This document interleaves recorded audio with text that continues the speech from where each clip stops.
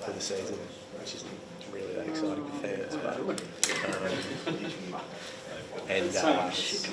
But Bell, spoken on it as well, said that McCarthy's a good shot for a debut. So yeah, well, that's probably the other one.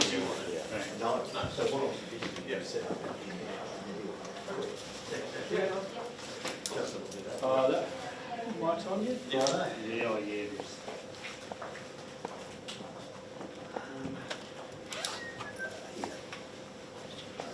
Here you go. yeah, travelling. Just got upside. Yeah. But you get down to Freo. Yeah. Yeah. Got Matt Johnson. Spoke pretty well actually. Did he? Yeah, like better than I was expecting. Yeah, because I didn't. I was like tossing up about asking about Ben. He's a bit of a whipping boy. He is. He in a wrestling. Yeah, so I had to ask him about that, but he kind of just started going off about it himself, you know, which is always cool.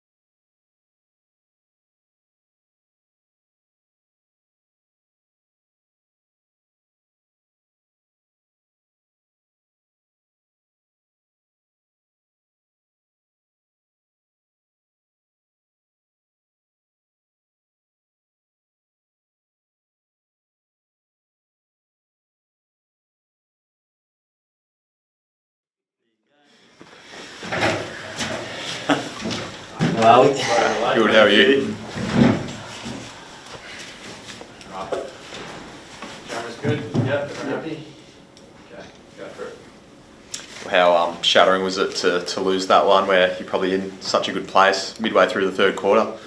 yeah, it's a tough one to lose. We obviously dominated a lot of that game, and to not come away with 4 points, it was tough. Yeah, it was pretty quiet in the rooms afterwards, but yeah, we just need to be better in that last quarter, and obviously kicking straight helps as well. You able to decipher, obviously, the inaccuracy, but what went wrong going forward with so many inside 50s? In terms of just the efficiency In the first three inside quarters? 50? Yeah. Obviously when you're kicking points, they kick it back out and we'll win it back. So, there's a lot more inside 50s because of that. But there's some little connection stuff which we went through today where we can get better. And, the coaches are talking about how exciting that is, considering we've been, trying to figure out how to get out of our D50 for a lot of the start of the year. So it's a different problem, but it's a good one to have. Didn't look that windy from where we sat, was it? It wasn't too bad, no, it wasn't too bad. It wasn't I didn't think it was a conditions thing. Maybe there was a little bit. It's different playing at Bunbury. There's no big stands around, but whether that had a factor, I doubt it. But I don't think the conditions had anything to do with it. We just had a bad day. Andrew McQuarrie said you don't know how to win yet as a team. You haven't learned how to win yet. You come from a winning culture. How do you teach that? It's a good question. We sort of went through some moments late in the game there, but as simple as it is, we didn't play our roles in the last 10, 15 minutes. Whether that's being scared to win, being scared to have the ball in your hands, I'm not too sure, but we went away from our roles at times, and that's not who we want to be, but, it's good to get this problem now early into our journey. Later down the track when we're in these games, in hopefully some big games, big finals, we've learnt the lesson on the weekend. How do you think you're going with the game plan? I think we're going really good, yeah. It's, obviously we're not winning, which is tough, but what we're going after in terms of game style, we've improved a lot over the last 6-8 weeks. So we're building a team that wants to play in those big games like I'm talking about. We're a long way off it at the moment. That's fine, but we're putting the steps in place to hopefully get there one day. And I'm positive that it's going to be working. So you half back, midfield, back to half back. They seem to be, with the greatest respect, big, fast bodies in there now. Is that the way it's going? Do you think you'll still play a role in the midfield? In the midfield? I don't think so. Not at West Coast, no. I like the development of the boys we got in there at the moment. Huey's been getting better every week. He missed, 18 months of footy. You can see his confidence growing. Harley the same. I don't think they need me in there, mate. You mentioned Elijah there. He obviously came off a few times with, I think, a sore foot. How's he sort of pulled up? Yeah, pretty good, I think. I asked him this morning. He said, no, I'm good to go, which is good. But yeah, I don't know too much about his injury, if he even had one. But yeah, he's a positive person, mate. Saw you running with McGovern on track this morning. How's he holding up? Yeah, he's going good. I think I'm not sure when he faces the panel, but yeah, we're just supporting him the best we can. Obviously a tough period for him. He hasn't played in a while, and yeah, he's going through all that. But as a club and teammates, we're supporting him as best we can.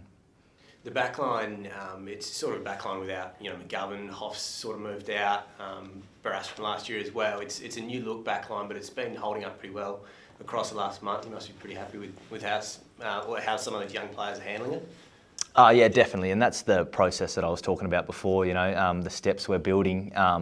Some younger backmen all over the ground as well, but how we're defending the ground is a lot better, even though we're not getting the win. So it makes it a bit unrewarding, but we're defending a lot better with a younger backline, and they're growing every week. Sandy Brock, Harry Edwards had a great game on the weekend. Jewel was back there.